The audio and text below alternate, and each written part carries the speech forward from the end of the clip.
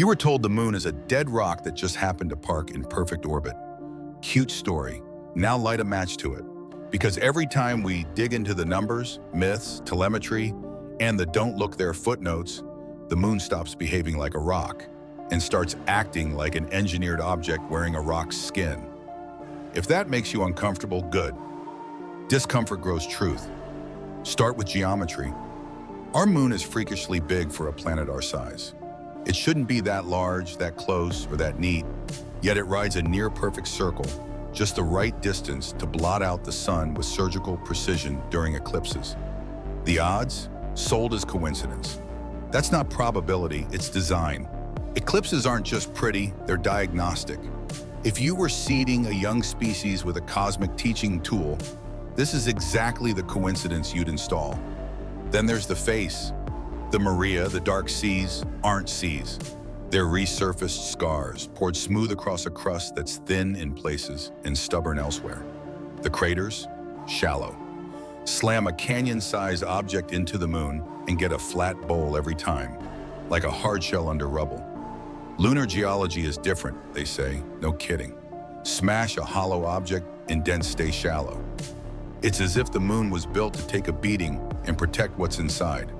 Speaking of hollow, when Apollo dropped rocket stages on the moon, the seismic signal rang longer than expected. Like a bell, said headlines. Not proof of a metal sphere, but it screams unusual structure. Lower density than Earth. Strange mass anomalies, mascons, under the seas that tug spacecraft. A riddle with ballast where it shouldn't be, and cavities where you wouldn't put them, unless you meant to. Why does one side never face us? Tidal locking, sure, but the lock feels narrative. The far side's rough and thick, the near side's a billboard. Myths treat the moon as messenger. Rabbits, eyes, goddesses, boats.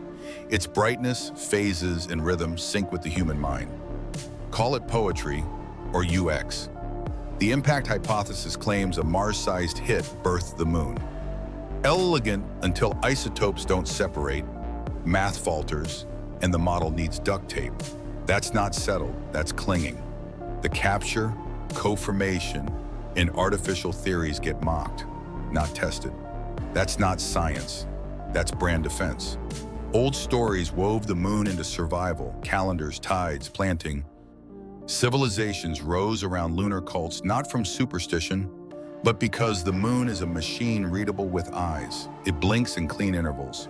It tells when to move, dig, and pray. A perfect clock that makes you look up and wonder. Now the rude question, what if it was built? Not forged by hands, but assembled, tuned by physics, and placed as a stabilizer and shepherd.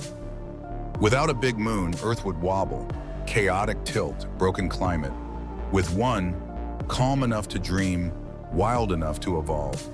If the goal was to seed a world that wonders, the moon isn't decoration, it's curriculum. Who built it? Start with motives. 1. Stabilization. Lock the planet into rhythm. 2. Communication. The phases encode base 60, Saros cycles, patterns readable without math, an upgrade pack for a Stone Age brain. 3. Observation. A reflector and sensor post. Bounce signals, park watchers, listen without disturbing life. 4. Quarantine. The moon is leash. Tidal locking faces one way for a reason, a lighthouse or a guard tower. The line between help and control is razor thin. The weirdness doesn't stop. The far side holds fused glass and radar traps, transient lights, mists, flashes blamed on outgassing or observer error. But maintenance on an ancient object would look exactly like that. Brief, local, dismissible. Noise over signal, every time. Imagine an earlier intelligence, not gods, just minds with time, finding a blue world with potential. They sculpt a co-orbital body, layer it to confound probes, seed it with mascons, and drop it where sun-earth-moon geometry yields perfect eclipses, periodic pings to remind us to keep asking why. Then they leave, because good gardeners know when to stop. If they bothers you, replace it with we. A future version of us could give this. Orbital mechanics becomes craft. Rewriting a sky to save a world becomes engineering. The moon turns from mystery imposed to message sent back. A bootstrap paradox with tides whispering, yes, you can make it. Keep going. So why the secrecy? Because institutions defend yesterday's answers. Budgets and careers rely on the big model staying glued. Admitting the sky was edited is an existential jailbreak. Tell people the moon's coincidence and you get citizens. Tell them it's intentional and you get searchers. And searchers don't sit still. If the moon's a device, you don't poke it, you listen. Look for signatures that reveal a heartbeat. Lasers already measure distance to the centimeter. Seismology whispers of hollows. Gravity maps look like fingerprints. The pattern's there if you stop forcing randomness. The next step isn't flags or bases, it's humility with instruments. Go to the far side and be quiet enough to hear. Who built the moon and why? Maybe someone who knew life needs a metronome, a mirror and a mystery. A metronome to pace our days, a mirror to measure ourselves, a mystery to keep us humble. If that's true, the builders didn't just leave light, they left a contract. Learn, look up, ask better questions, and stop worshiping coincidence. Here's your fork in the road. Buy the brochure and call it comfort, or walk the edge and call it courage. We're not selling answers, we're arming you with better doubts.